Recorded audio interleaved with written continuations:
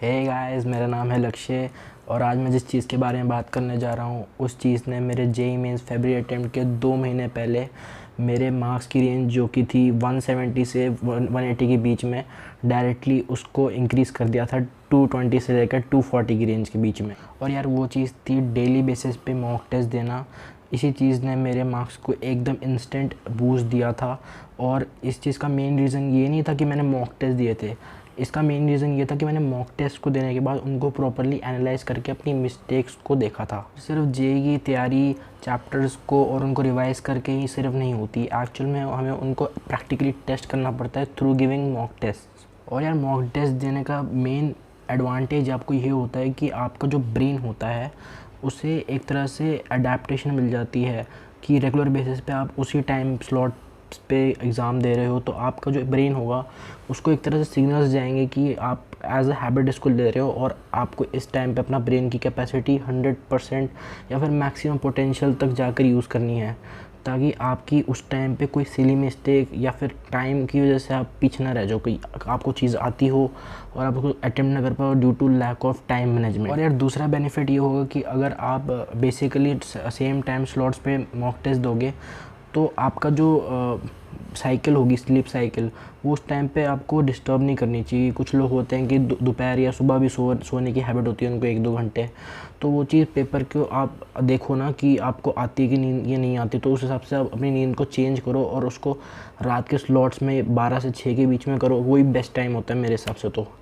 और आपको हो सकता है कि आपको वॉशरूम जाने की हैबिट हो उस टाइम पीरियड के बीच में, पर आप उसको नोटिस नहीं करते।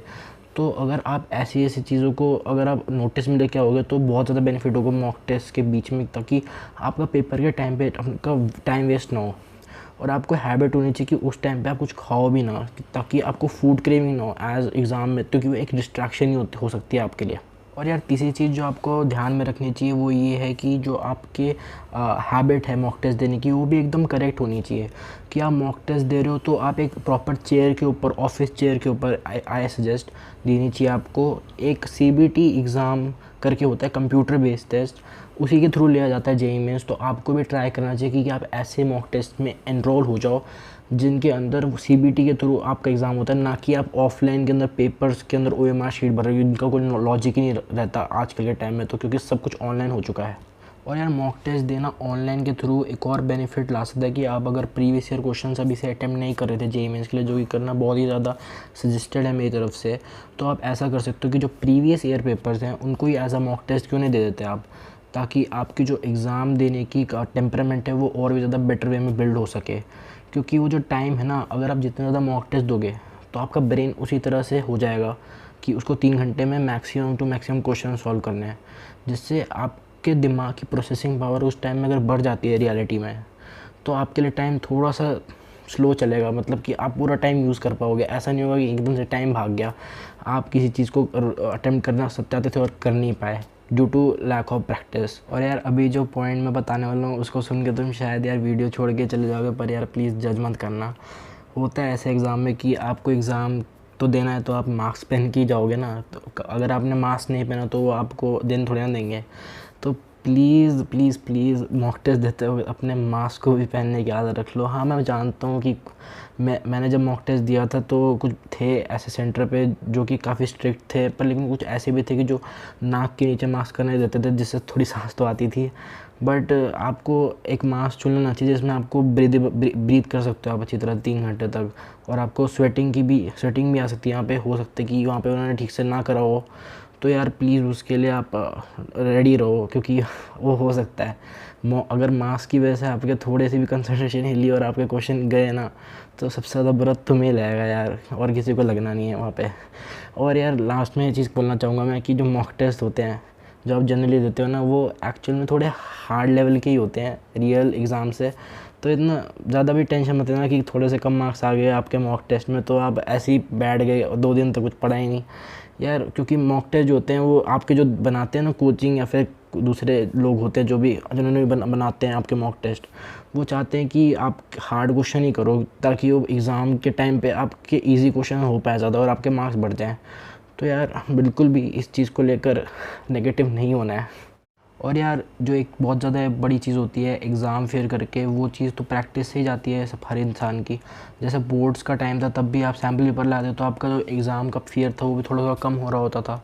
जेई मेंस के अंदर ही वही है कि बच्चे पैनिक कर जाते हैं और उनका टाइम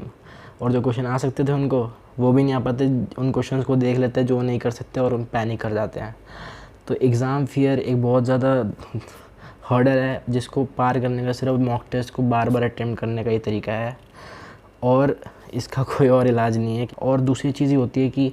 अगर आप एग्ज़ाम के बीच में दे रहे हो, अभी तो कैजुअली एग्ज़ाम दोगे आप, आपका असली में तो है नहीं, मॉक टेस्ट दोगे आप, तो बीच में आप किसी से बात भी ना करो या किसी का नोटिफिकेशन है तो उसको आप ऑफ़ ही रखो, क्योंकि एग्ज़ाम के टाइम पे तो ये सब आप नहीं करोगे ना, तो आपका कॉन्सेंट्रेशन हैम्पर नहीं होनी चाहिए। तो आप अगर आप उस टाइम पे अपनी फुल ऑन कॉन्सेंट्रेशन रखते हो और एयरप्लेन मोड पे अपना फ़ोन को रखते हो तो आपके लिए बेटर होगा, आपकी जो कंसंट्रेशन है वो अच्छी रहेगी उस टाइम के बीच में। और असली एग्ज़ाम में भी वही चीज़ की शैडो ही पड़ेगी एक तरह से। एंड रिज़ल्ट जो होता है वो आपके कलेक्टिव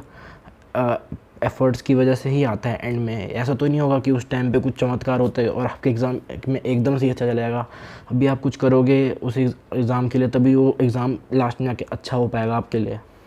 और यार बाय बोलने से पहले मैं एक चीज़ और कहना चाहूँगा कि आप अपने हिसाब से ही मॉक टेस्ट देना, कि अगर आपकी तैयारी ठीक से नहीं हो रखी तो फिर आप मॉक टेस्ट रोज़ देने का तो कोई मतलब बनता नहीं है। तो आप जितना ज़्यादा अपना सिलेबस जो आपका वीक पोर्शन है उसको स्ट्रॉन्ग पोर्शन में कन्वर्ट कर सकते हो, आप उस पर ज़्यादा फोकस करना। और मॉक टेस्ट पे मेरे हिसाब से तो अगर आपकी तैयारी अच्छी नहीं है तो लास्ट मंथ में करने की कोशिश करना। पर अगर जिन लोगों की तैयारी बहुत ज़्यादा सही चल रही है और उनके सारे चैप्टर ऑलमोस्ट एक बार हो ही चुके हैं तो उनको तो मॉक टेस्ट ही देने चाहिए, और डेली दें या ऑल्टरनेटिव बेसिस पे दें वो तो अपने आप से ही कॉल होती है। तो ऐसा मत करना कि कोई बंदा बोल रहा है रोज़ देने हैं तो रोज़ ही दो, वो आप पे डिपेंड करता है यार, आपकी कॉल पे डिपेंड करता है कि आप कितने देने की आपकी खुद की कैपेसिटी है। और दूसरा, अगर आप दूसरे की सुनोगे ना तो आप रुइन कर दोगे, आप वो एग्ज़ाम देना चाहोगे ना तो एग्ज़ाम ही आप पूरा ख़राब कर दोगे। मुझे पता है ऐसा होता है कि अगर आपका एग्ज़ाम देने का है ही नहीं कैपेसिटी इतनी सारी तो फिर डेली दे के क्या करोगे आप। अगर आप देख लो आपका कैसा है कि आप 2 दिन में 1 बार दे सकते हो, आप हफ्ते में 3 बार दे सकते हो, या फिर जो आपका हिसाब किताब है, पर यार देना ज़रूर। ऐसा मत करना कि दो ही ना तुम। तो यार तब तक के लिए बाय, बेस्ट ऑफ लक।